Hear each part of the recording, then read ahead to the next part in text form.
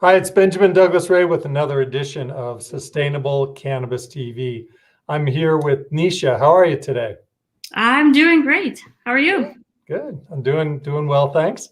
This show is brought to you by U.S. Cannabis Pharmaceutical Research and Development, Sustainable Cannabis Coalition, BuzzFeed, Eight Saints brand, organic hemp CBD. And also, if you like this content, I've got a donation button to support this show ongoing. It's over in the text. So, Nisha, you are with Kiva Brands, and you are a sustainability and supply chain expert. That's what I'm saying, expert, because I've seen your stuff. I know you deal with metric a lot, and I know it's pretty complicated. So, tell us about where you are now. You know, I noticed there's a picture up on your wall, but I don't think that's where you are. So, tell us where you are and what you're up to, and what you're doing with Kiva Brands. Sure. Yeah, first of all, thank you so much for having me on your show. You're welcome. So currently I am with Kiva Confections. We're one of the, I guess, veterans in the cannabis industry in Oakland, California. But I started out in the natural foods space. Actually, before that, I was in nonprofit, but focused on food. Kind of out of undergrad, I was really interested in environmental justice and food justice, and that got me into community gardens and urban agriculture. And then I was very sort of idealistic coming out of undergrad, and I was very focused on working in the nonprofit sector, specific to food. And then I guess 2008, 2009 happened, and I kind of got burnt out a little bit, and I took some time to travel. And I got my food policy degree in London.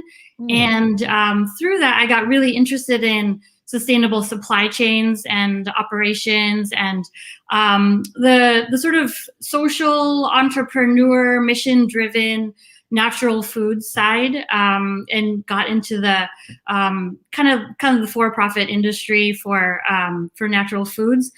And so I got really interested in all things sustainability and how to kind of infuse that into operations. And then eventually a couple of years ago, I started getting really interested in cannabis. And as I started talking to people and networking and just kind of doing a lot of studying on my own, I started to realize that there's a really natural transition between natural foods and cannabis. And really, you know, they're both, it's all about agriculture and plants and social welfare and the health of the environment and the health of people. So it was a pretty natural transition. As I was talking to people, they all were very excited that I had a depth of knowledge in natural foods, and that would be, I had so many people telling me that would be such a natural transition and a needed skill set in the cannabis industry. So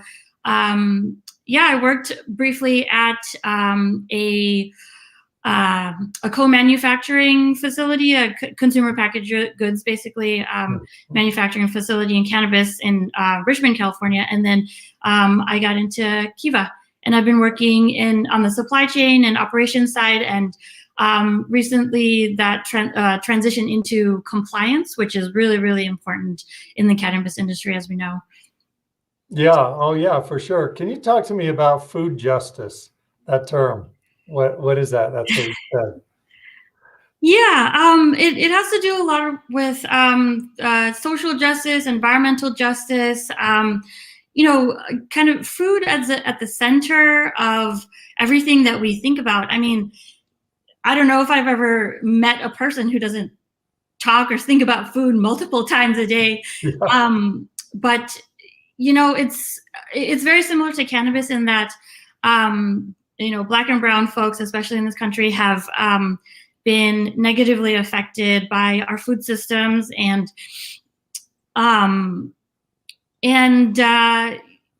you know,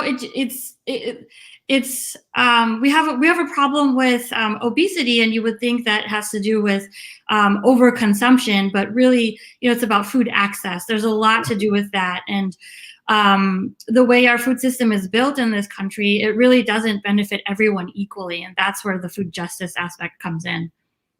So you're saying, like, if you don't have a Whole Foods in your neighborhood, you may not have access to healthy foods, and you may just have access to fast food, for example. Yeah, pretty much. I mean, you may not have access to any type of full service grocery store, within a couple mile radius. That's basically considered a food desert. And, you might only have corner stores. And so what they have there is shelf stable products, things like chips and cookies and candy and chocolates and things like that. And I'm not one to poo-poo chocolate, but, if that's all you have access to, then, or 30-day-old shriveled apples. That's, no one's going to buy that when it's been sitting on the shelf every time you go there. So, there's a lot of that happening in this country. Yeah. Good. Thanks for explaining that. Well, let's get into sustainability, really in the supply chain, and let's go back to your experience with food, because what I want to do then is have you then talk about how that experience transitioned into cannabis. As you said, people said that was a natural transition. So I think that's a good place to start, is that a sustainability and supply chain with your food experience. Yeah, so I worked for a natural foods company called Lotus Foods, and we imported specialty rice and rice products, and is a mission-driven company, and we really wanted to support a very specific type of growing rice that was more environmentally sustainable, more sustainable for the people who are farming and harvesting it. So we were very focused on things like fair trade and organic, and we also were a certified benefit corporation. And so there's this assessment that you do online, and it touches on many different aspects of your business, everything from your sourcing and your supply chain, all the way through to workers in the office and your carbon footprint of your actual physical office and the whole supply chain. And so this was something we were looking at because we imported rice from several different countries, and none of it came from domestically from the US. And so that was the sustainability aspect was a really important part of the functioning of the organization, the company in general. And so there was a lot of focus on that. Towards the end of my time there, we were working on a pretty big impact report to kind of quantify and tell the story of the whole supply chain and this SRI rice, so system of rice intensification, that we were supporting across the globe. And then also Lotus Foods was, as I was leaving, there were in conversations with Dr. Browners talking about regenerative agriculture and being certified as a regenerative organic supply chain. So that was a really interesting there was a lot going on. There's actually a lot of companies in the natural foods industry that are very much focused on that mission driven.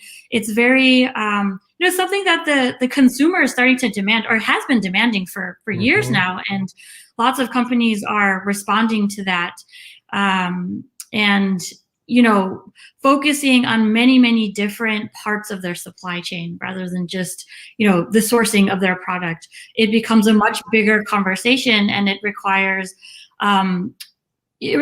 lots of different companies and people to come together to have conversations about that. And another thing I was involved with at Lotus Foods was a packaging coalition, a sustainable packaging coalition with lots of different natural foods companies coming together to move the needle and really kind of jumpstart the conversation about what is sustainable packaging, how can we all collectively move towards that, even though all these different companies were in different parts of the food industry, which is very big.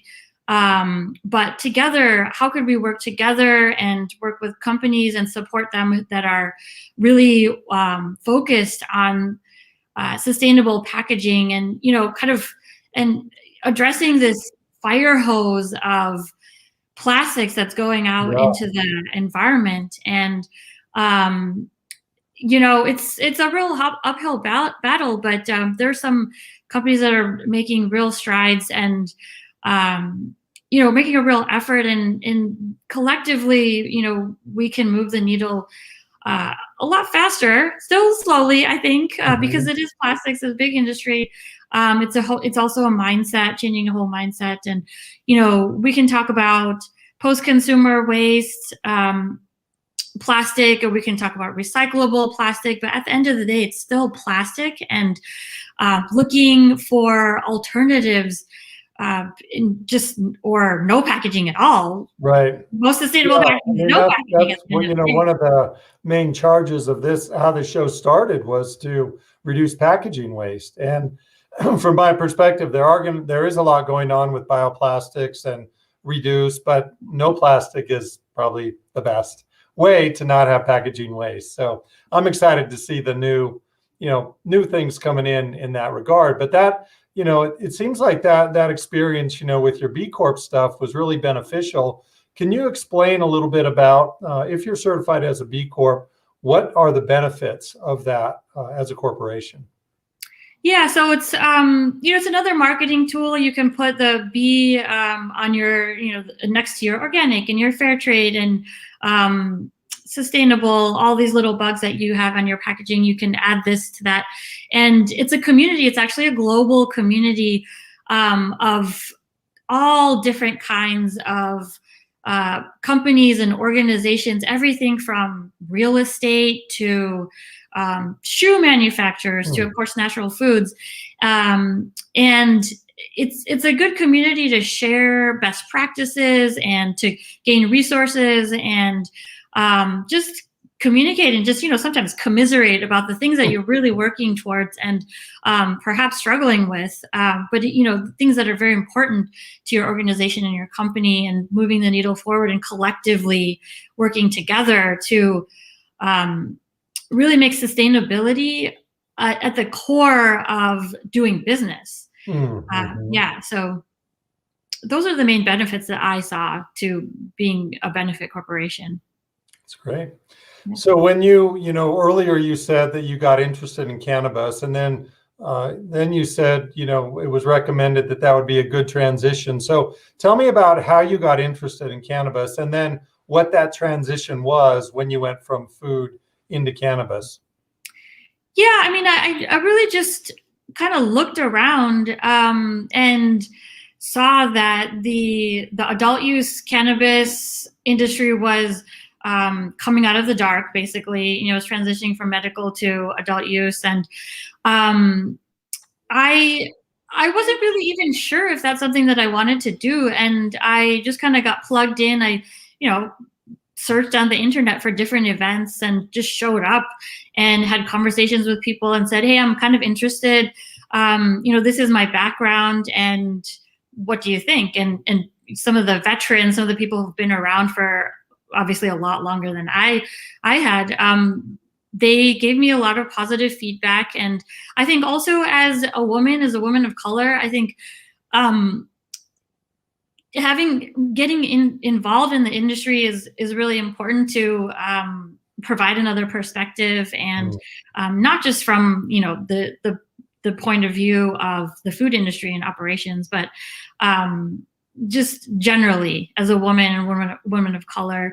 And I think the fact that I didn't come from sales or marketing or product development specifically was maybe appealing to some people who which I've noticed too, that there's a lot of focus on getting product out the door, and sometimes the operations and the supply chain aspect and the compliance and food safety kind of falls to the wayside. I think because maybe some of those regulations are not so codified, or they're not so clear, or until pretty recently they weren't very strongly regulated. So I think that my background was also something that really people engaged with and thought, you're coming here with a very specific skill set that the industry really, really needs.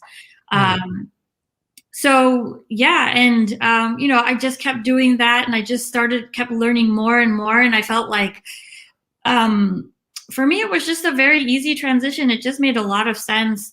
As I said, it's just another plant. It's agriculture. I have a background and an interest in that, and applying my experience in operations and having an interest in sustainability actually also was kind of an important thing, because I think because the industry is so highly regulated and there's such high taxes, not a lot of people have the bandwidth to think about sustainability or even basic operations. And Right. for me to come in with that, I think was really appealing. I want to acknowledge a couple people here. Jenny Wong's talked about the BCorp, and I want to thank you for that, Jenny. John, this was a comment based on the plastic a minute ago. What you were saying, Nisha, is that the big guys won't make that transition. And it's difficult, as you said. I mean, we can all band together, but sometimes that's not going to help, really. I apologize. My camera's frozen here. I'm going to unplug it, but you'll still be able to hear me here. I'm still here. Just reflecting my camera back in. And then we've got another comment here. Alyssa Lee, we've seen positive growth in packaging with bamboo and hemp. Yeah, that's something that we've seen too, and really looking forward to new things coming in here. I'm going to try to start my camera here again. Got a little color balancing there. Okay, I'm back. All right. So here's another comment here from Matt. Are there any big guys in the cannabis space who are truly focused on sustainability versus growth and mergers? What did you see when you were getting into the industry, when you were researching the industry? Thanks for that, Matt. Yeah, there are definitely some companies that are built on, in the cannabis industry, that are built on sustainable cultivation, sun grown and no pesticides and things like that. And that's obviously a really, really, really positive place to start, but that's only the very beginning of the supply chain. And as you get down the supply chain, it becomes more and more difficult with all the regulations around child-resistant packaging. It almost always has to be plastic, and there has to be so much innovation that goes into it. So as the industry matures, I think there's going to be a lot more availability of different types of products that address those child-resistant packaging regulations, but also addresses sustainability aspect. But also, and importantly, one of the biggest issues that I saw in the natural foods industry was that, and especially at Lotus Foods, is we were trying to find flexible packaging that was very specific, that had a certain shelf presence, and that we could use all these beautiful inks. And packaging is a marketing tool, and it has to hit all of those points as well. But the price point also has to be available and accessible. When you're talking about food, it's, sometimes the margins aren't great. And I think in cannabis, it's the same. And so if you're talking about, incorporating packaging that is 3 or 4 times as expensive, it's a really important conversation to have as a company. Are we there yet? Should we wait to implement this kind of, transition to this kind of packaging? Are we able to buy collectively with other companies and help to reduce the price? And that's, one of the biggest things I think in natural foods.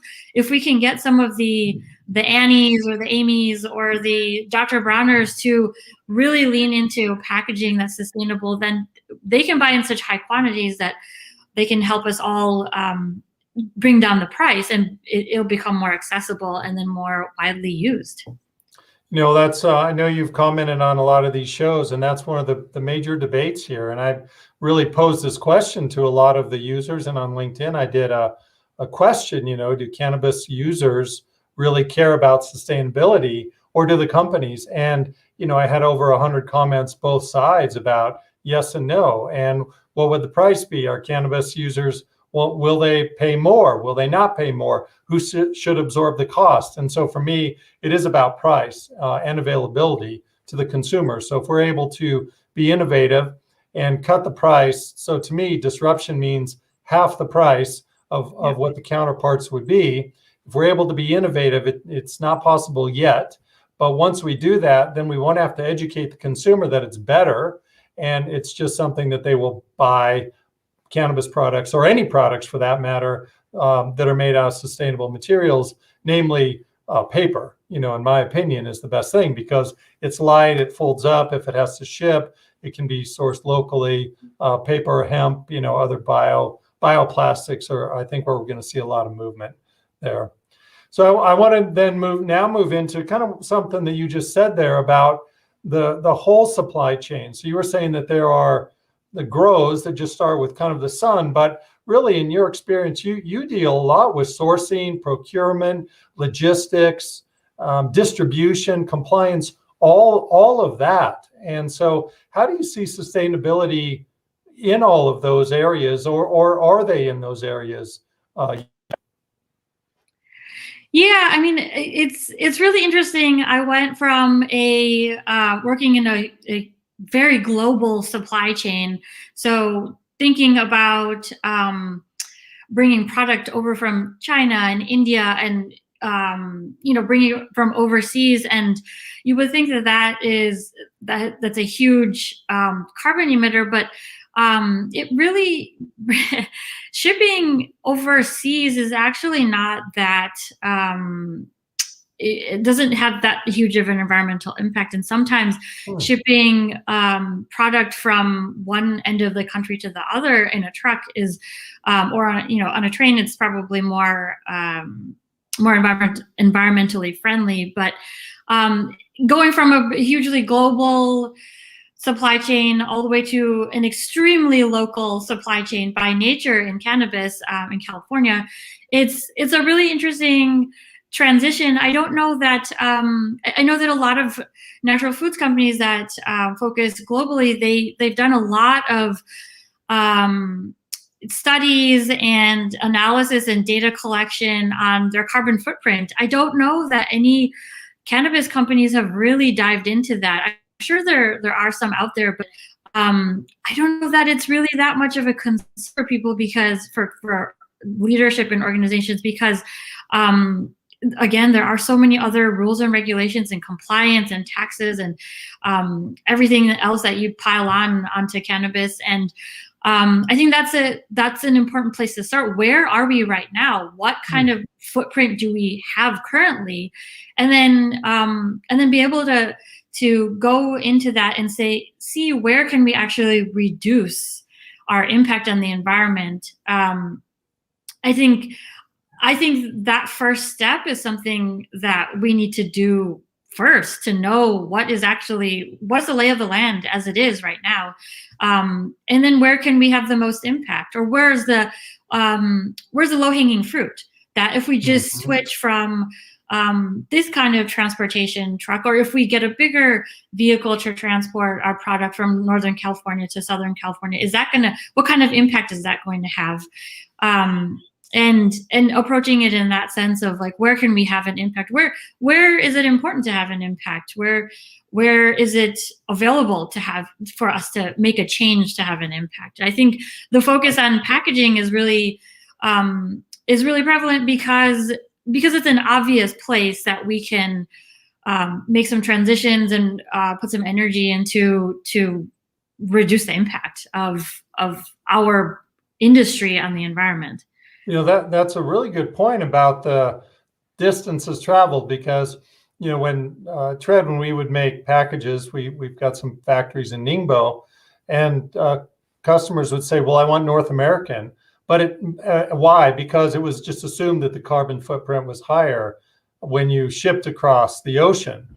But what you're saying, possibly, let's say there's someone in Toronto and they order from a company in, let's say, San Diego or Texas, putting the packages on trucks or trains to get up there may be more damaging to the environment than getting on a boat that goes from Ningbo to, let's just say, Seattle. Well, West Coast, not Toronto, but let's say Vancouver. It might end up being less damaging to the environment. And I absolutely agree with you that companies probably have no idea where they are or what type of footprint they're having right now.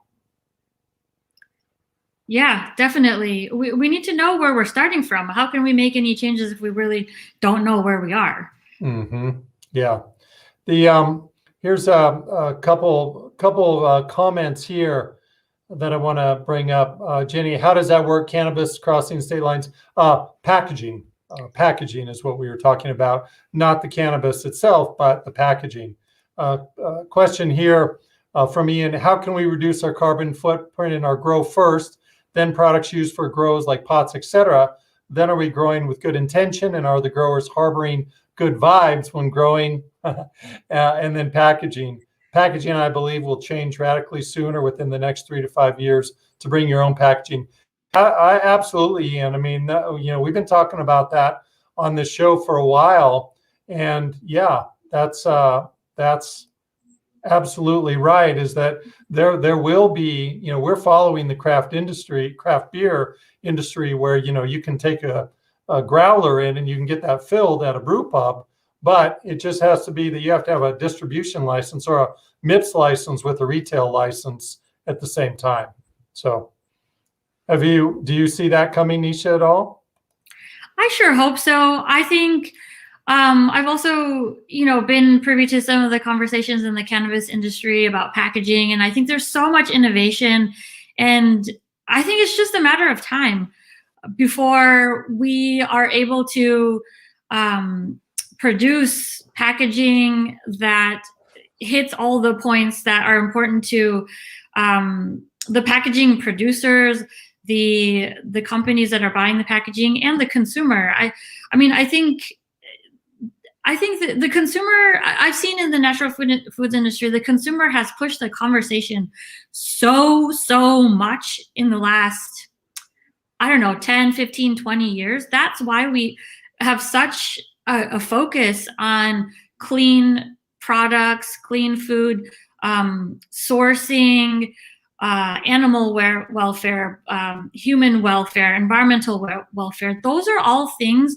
that the consumer has campaigned around and pushed companies to really kind of push their edges on really making really thinking about where they're making an impact on the environment and on people and the supply chains generally, and making changes. And again, a lot of that pressure comes from the consumer. And I think in the cannabis industry, as people get more comfortable and it becomes a more household product, I think the same thing there's a groundswell, and it's coming fast. And as adult use becomes, and medical use becomes more prevalent across the country, and hopefully we see some positive changes at the federal level, the conversation is going to become much bigger, and hopefully companies across the country will be able to have conversations together rather than fighting against regulations and each other, and really finding the time and the space to be able to work together a lot more. I want to show a comment here from Ian again. My 17-year-old daughter has said she would readily shop or already shop at only stores that require you to bring your own packaging, just like we were talking. And I think you're right, Ian. I know you are, that the younger generations, as they grow, it's going to change with the demand from the consumers saying, I'm not going to buy this. And so the larger companies are going to be somewhat forced over time to do that. And then he says here, this is coming from a daughter of a president of King Plastics, a food packaging manufacturer. So yeah, that's, I mean, change is coming. It's definitely coming. So yeah, absolutely. And one of the things I do in my free time, on the board of a zero waste cafe and grocery store here in Oakland, and just by Lake Merritt, if anyone lives in Oakland and can make their way over to Mud Lab. It's a nonprofit and a for-profit, and the nonprofit side it consults with small businesses on how to go single-use free or plastic free. And the cafe is a place, the cafe and grocery store is a place where, yes, you bring your own reusable vessels in for your tea and your kombucha and everything. Everyone that we source from, all of our vendors, their entire supply chains may not be zero waste, but for us, they have adapted all of the supply chain that comes to us and made it zero waste. So it is, and we, against all the odds, we opened a brick and mortar cafe grocery store in the middle of the pandemic. So it is absolutely possible. Yeah, it's possible. Well, that's great. Well, thank you for your time. I appreciate it. How can people get a hold of you if they want to learn more about your experience or B Corp stuff or any of the great stuff we talked about today? Yeah, I'm on LinkedIn, Nisha Kapadia or Nisha M. Kapadia. I can never remember. On Instagram, I'm at Nisha M. Kapadia, and I'm on Clubhouse as well. That's where a lot of interesting, great conversations are happening about all the things that we've talked about. So those are the main places you can find me. Awesome. Well, thanks again, and keep up the great work. Thank you. All right. We'll see you later. Bye. Bye.